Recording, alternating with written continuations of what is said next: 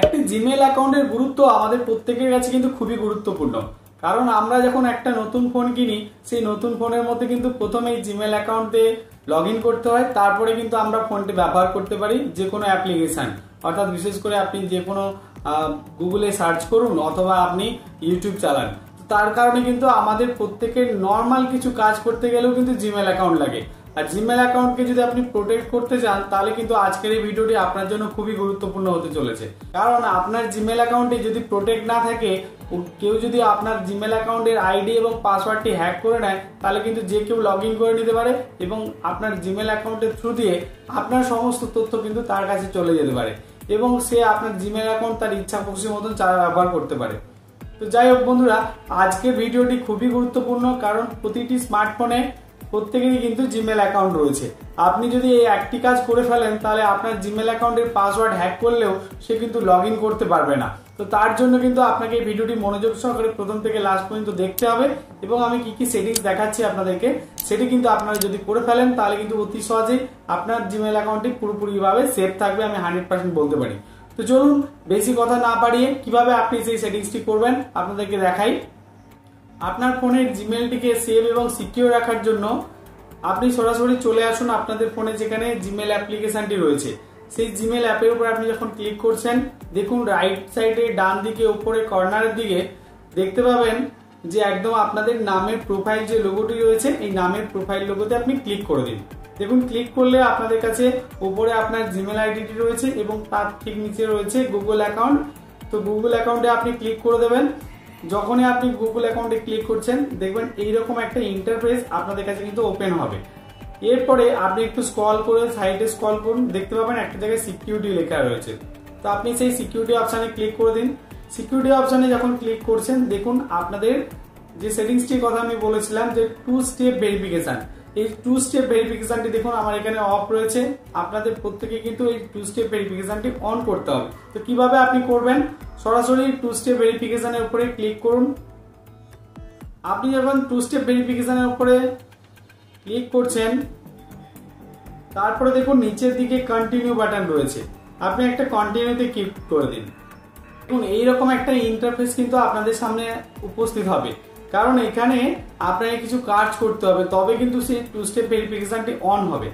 এই 2 step verification on করার জন্য আপনাদের কিন্তু একটি স্ট্রং মোবাইল নাম্বার, অর্থাৎ যে মোবাইল নাম্বারটি আপনার কাছে থাকে এবং আপনি ব্যবহার করেন, অন্যথায় আপনার কেউ ওটিপি নিতে পারবে না, সেই রকম একটি মোবাইল নাম্বার আপনি এখানে দিয়ে দেবেন।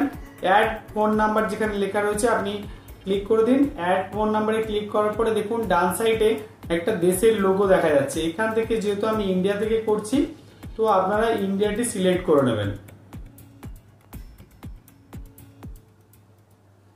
দেখবেন এইভাবে স্ক্রল করলে নিচের দিকে কিন্তু ইন্ডিয়ার অপশনটি চলে আসবে, অর্থাৎ আপনাদের নামের দেখুন ইন্ডিয়া অপশনটি চলে এসছে, অর্থাৎ আমাদের কান্ট্রি কোড, সেই কান্ট্রি কোডটি যখন এসছে তখন দেখুন যে +91 কান্ট্রি কোডটি চলে এসেছে। এবার এই পাশে কিন্তু আপনি মোবাইল নাম্বারটা দিয়ে দেবেন।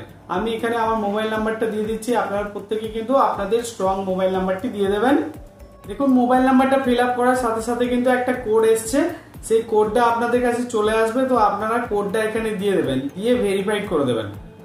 যখনই দেখবেন ভেরিফাইড করবেন, একটু সময় নেবে।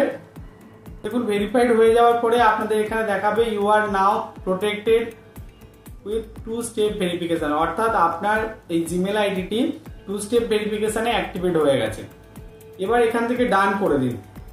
দেখুন এবার আমি যখনই ব্যাক করেছি, তখনই কিন্তু আমাদের এখানে শো করছে, যেটা প্রথমেই শো করছিল না, যে এখানে 2 স্টেপ ভেরিফিকেশনে অনেক কোনো অপশানই তখন দেখাচ্ছিল না। এখন দেখুন একটা গ্রিন টিক দেখাচ্ছে, তার মানে হচ্ছে আপনাদের ফোনের ওই জিমেল আইডির উপর 2 স্টেপ ভেরিফিকেশন রয়েছে। এই 2 স্টেপ ভেরিফিকেশনের কাজটা কি তাহলে?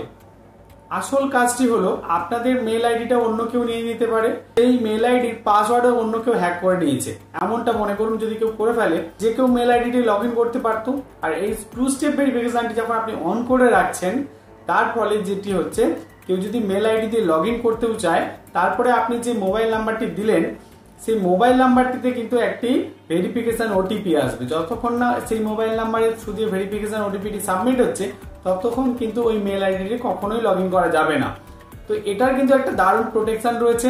আপনারা প্রত্যেকেই কিন্তু মেল আইডি এই 2 স্টেপ ভেরিফিকেশনটি করে নেবেন। দেখুন এখনকার দিনে চারদিকে কিন্তু হ্যাকার ভর্তিও রয়েছে, প্রত্যেকে অসৎ কাজ করার জন্য মেতে রয়েছে। আপনাদের হয়তো অনেক ক্ষেত্রে দেখা যেতে পারে অনেক গুরুত্বপূর্ণ মেল থাকতে পারে, গুরুত্বপূর্ণ ডেটা থাকতে পারে আপনার ফোনে। তার পাশাপাশি আপনার হয়তো কোনো ইউটিউব চ্যানেল বা বিভিন্ন ধরনের যে সমস্ত কাজ করে থাকেন সমস্ত মেল আইডির থ্রুতে করেন। তো আপনি যদি এটি করে ফেলেন তাহলে কিন্তু আপনি একটা অ্যাডভান্স লেভেলের মেলের প্রোটেকশন পেয়ে যাবেন। তো বন্ধুরা, এই ছিল আজকে ভিডিওটি। আশা করছি আপনাদের খুবই কাজে লাগবে। এই ইনফরমেটিভ ভিডিওটি প্রত্যেকে আপনাদের কমিউনিটি সার্কেলের মধ্যে শেয়ার করে দেবেন। আর যদি ভিডিওটি ভালো লাগে অবশ্যই লাইক কমেন্ট করতে ভুলবেন না। ধন্যবাদ, নমস্কার, ভালো থাকবেন।